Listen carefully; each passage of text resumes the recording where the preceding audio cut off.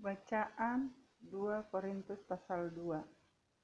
Aku telah mengambil keputusan di dalam hatiku bahwa aku tidak akan datang lagi kepadamu dalam duka cita.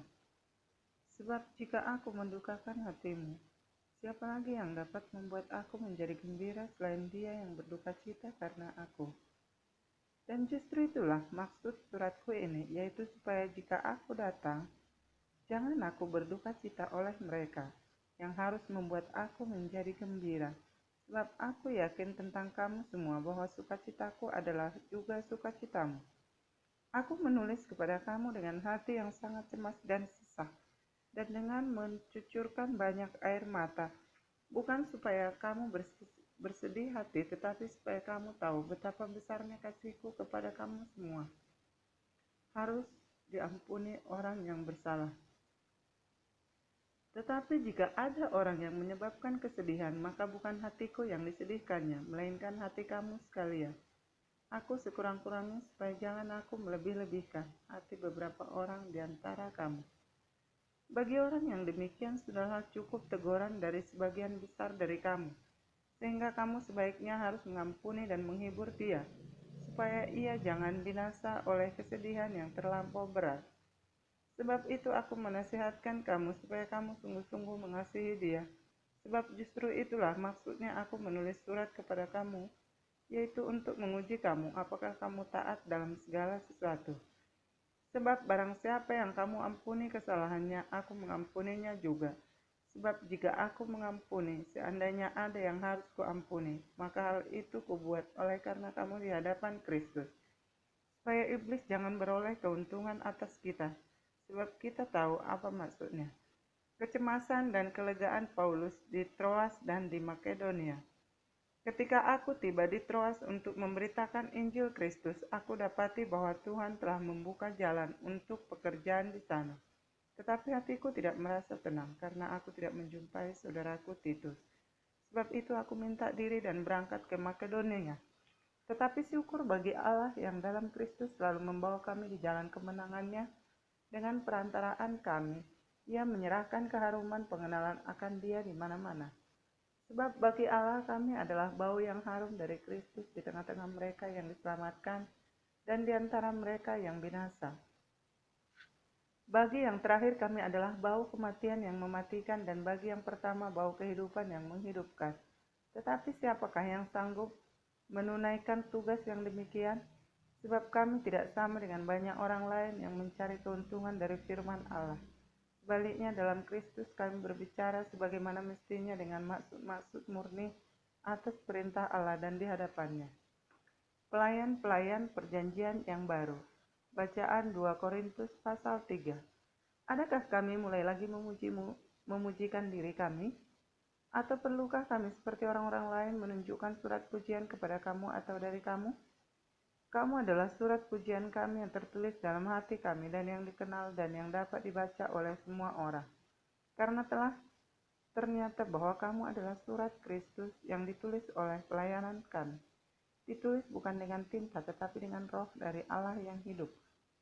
Bukan pada loh batu, melainkan pada loh-loh daging yang di dalam hati manusia. Demikianlah besarnya keyakinan kami kepada Allah oleh Kristus. Dengan diri kami sendiri, kami tidak sanggup untuk memperhitungkan sesuatu seolah-olah pekerjaan kami sendiri.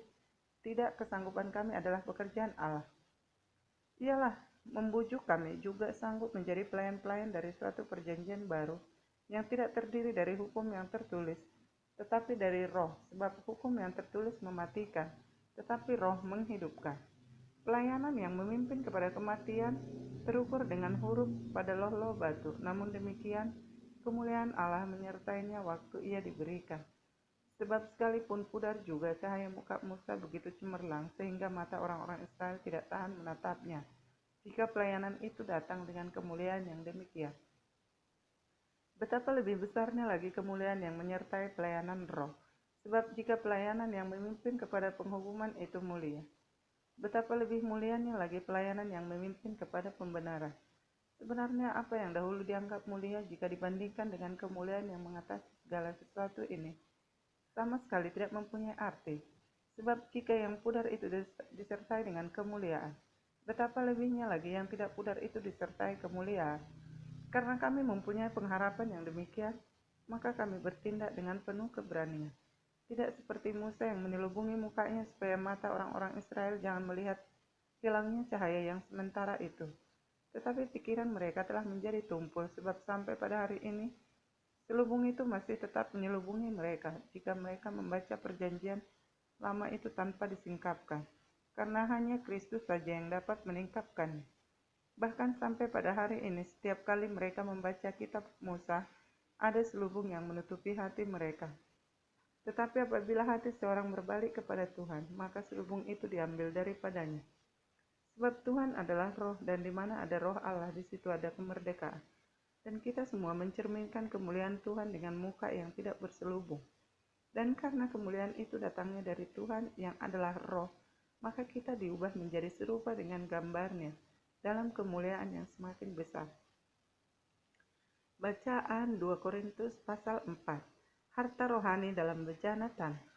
Oleh kemurahan Allah kami telah menerima pelayanan ini. Karena itu kami tidak tawar hati, tetapi kami menolak segala perbuatan tersembunyi yang memalukan. Kami tidak berlaku licik dan tidak memasukkan firman Allah. Sebaliknya kami menyatakan kebenaran, dan dengan demikian kami menyerahkan diri kami untuk dipertimbangkan oleh semua orang di hadapan Allah. Jika Injil yang kami beritakan masih tertutup juga, maka ia tertutup untuk mereka yang akan binasa, yaitu orang-orang yang tidak percaya, yang pikirannya telah dibutakan oleh ilah zaman ini, sehingga mereka tidak melihat cahaya Injil tentang kemuliaan Kristus yang adalah gambaran Allah. Sebab bukan diri kami yang kami beritakan, tetapi Yesus Kristus sebagai Tuhan, dan diri kami sebagai hamba-Mu karena kehendak Yesus. Sebab Allah yang telah berfirman dari dalam gelap akan terbit terang, Ia juga yang membuat terangnya bercahaya di dalam hati kita, supaya kita beroleh terang dari pengetahuan tentang kemuliaan Allah yang nampak pada wajah Kristus.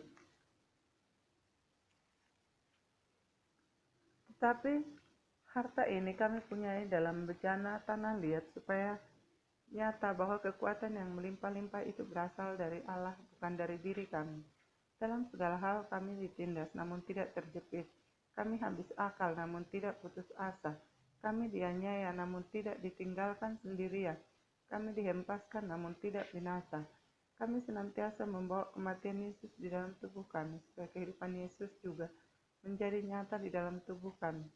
Sebab kami yang masih hidup ini terus-menerus diserahkan kepada maut karena Yesus, supaya juga hidup Yesus menjadi nyata di dalam tubuh kami yang fana ini. Maka demikianlah maut giat di dalam diri kami dan hidup giat di dalam kamu. Namun karena kami memiliki roh iman yang sama seperti ada tertulis, aku percaya, sebab itu aku berkata-kata, maka kami juga percaya. Dan sebab itu kami juga berkata-kata, karena kami tahu bahwa Ia yang telah membangkitkan Tuhan Yesus akan membangkitkan kami juga bersama-sama dengan Yesus. Dan Ia akan menghadapkan kami bersama-sama dengan kamu kepada dirinya.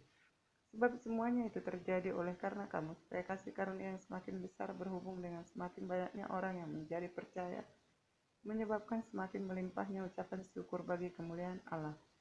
Jangan tawar hati juga waktu menghadapi maut. Sebab itu kami tidak tawar hati, tetapi meskipun manusia lahiriah kami semakin merosot, namun manusia batiniah kami dibaharui dari sehari ke sehari.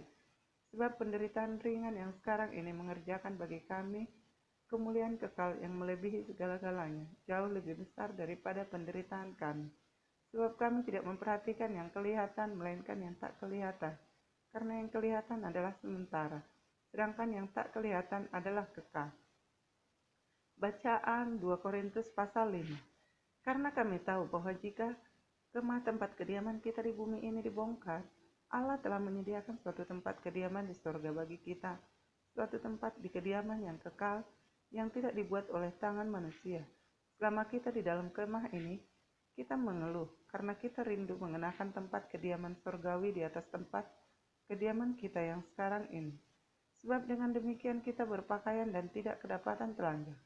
Sebab selama masih diam di dalam kemah ini, kita mengeluh oleh beratnya tekanan, karena kita mau mengenakan pakaian yang baru itu tanpa menanggalkan yang lama, supaya yang fana itu ditelan oleh hidup. Tetapi Allah lah yang justru mempersiapkan kita untuk hal itu dan yang mengaruniakan roh kepada kita sebagai jaminan segala sesuatu yang telah disediakan bagi kita. Maka oleh karena itu, hati kami senantiasa tabah. Meskipun kami sadar bahwa selama ini mendiami tubuh ini, kami masih jauh dari Tuhan. Sebab hidup kami ini adalah hidup karena percaya, bukan karena melihat. Tetapi hati kami tabah dan terlebih suka kami beralih dari tubuh ini untuk menetap pada Tuhan. Sebab itu juga kami berusaha, baik kami diam di dalam tubuh ini, maupun kami diam di luarnya, supaya kami berkenan kepadanya. Sebab kita semua harus menghadap tahta pengadilan Kristus, supaya setiap orang memperoleh apa yang patut diterimanya, sesuai dengan yang dilakukan dalam hidupnya ini, baik ataupun jahat, pelayanan untuk pendamaian. Kami tahu apa artinya takut akan Tuhan, karena itu kami berusaha meyakinkan orang. Bagi Allah, hati kami nyata dengan terang, dan aku harap hati kami nyata juga demikian bagi pertimbangan kamu. Dengan ini kami tidak berusaha memuji-muji diri kami sekali lagi kepada kamu, tetapi kami mau memberi kesempatan kepada kamu untuk memegahkan kami, supaya kamu dapat menghadapi orang-orang yang bermegah karena hal-hal lahiriah dan bukan batiniah. Sebab jika kami tidak menguasai diri, hal itu adalah dalam pelayanan Allah, dan jika kami menguasai diri, hal itu adalah untuk kepentingan kami. Sebab kasih Kristus yang menguasai kami, karena kami telah mengerti bahwa jika satu orang sudah mati untuk semua orang, maka mereka semua sudah mati. Dan Kristus telah mati untuk semua orang, supaya mereka yang hidup tidak lagi hidup untuk dirinya sendiri, tetapi untuk Dia yang telah mati dan telah dibangkitkan untuk mereka. Sebab itu kami tidak lagi menilai seorang juga pun menurut ukuran manusia. Dan jika kami pernah menilai Kristus menurut ukuran manusia, sekarang kami tak lagi menilainya demikian. Jadi siapa yang ada di dalam Kristus, ia adalah ciptaan baru, yang lama sudah berlalu, sesungguhnya yang baru sudah datang. Dan semuanya ini dari Allah, yang dengan perantara Kristus telah mendamaikan kita dengan dirinya, dan yang telah mempercayakan pelayanan perdamaian itu kepada kami. Sebab Allah mendamaikan dunia dengan dirinya oleh Kristus dengan tidak memperhitungkan pelanggaran mereka. Ia telah mempercayakan berita pendamaian itu kepada kami. Jadi kami ini adalah utusan-utusan Kristus. Seakan-akan Allah menasihati kamu dengan perantaran kami. Dalam nama Kristus kami minta kepadamu, berilah dirimu didamaikan dengan Allah. Dia yang tidak mengenal dosa telah dibuatnya menjadi dosa karena kita, supaya dalam Dia kita dibenarkan oleh Allah. 2 Korintus pasal 6. Paulus dalam pelayanannya. Sebagai teman-teman sekerja, kami menasihatkan kamu, supaya kamu jangan membuat menjadi sia-sia kasih karunia Allah yang telah kamu terima. Sebab Allah berfirman, pada waktu aku berkenan, aku akan mendengarkan engkau. Dan pada hari aku menyelamatkan, aku akan menolong engkau. Sesungguhnya waktu ini adalah waktu perkenaan itu. Sesungguhnya hari ini adalah hari penyelamatan itu. Dalam hal apapun kami tidak memberi sebab orang tersandu, supaya pelayanan kami jangan sampai dicela. Sebaliknya, dalam segala hal kami menunjukkan bahwa kami adalah pelayan Allah, yaitu dalam menahan dengan penuh kesabaran dalam penderitaan, kesesakan, dan kesukaran, dalam menanggung dera, dalam penjara dan kerusuhan, dalam jeripayah, dalam berjaga-jaga dan berpuasa, dalam kemurnian hati, pengetahuan, kesabaran, dan kemurahan hati, dalam Roh Kudus dan kasih yang tidak munafik, dalam pemberitaan kebenaran dan kekuasaan Allah, dengan menggunakan senjata-senjata keadilan untuk menyerang apapun ataupun untuk membela, ketika dihormati dan ketika dihina, ketika diumpat atau ketika dipuji, ketika dianggap sebagai penipu namun dipercaya. Sebab orang yang tidak dikenal namun terkenal sebagai orang yang nyaris mati. Dan sungguh kami hidup sebagai orang yang dihajar namun tidak mati, sebagai orang berduka cita namun senantiasa bersuka cita, sebagai orang miskin namun memperkaya banyak orang, sebagai orang tak bermilik sekalipun kami memiliki segala sesuatu.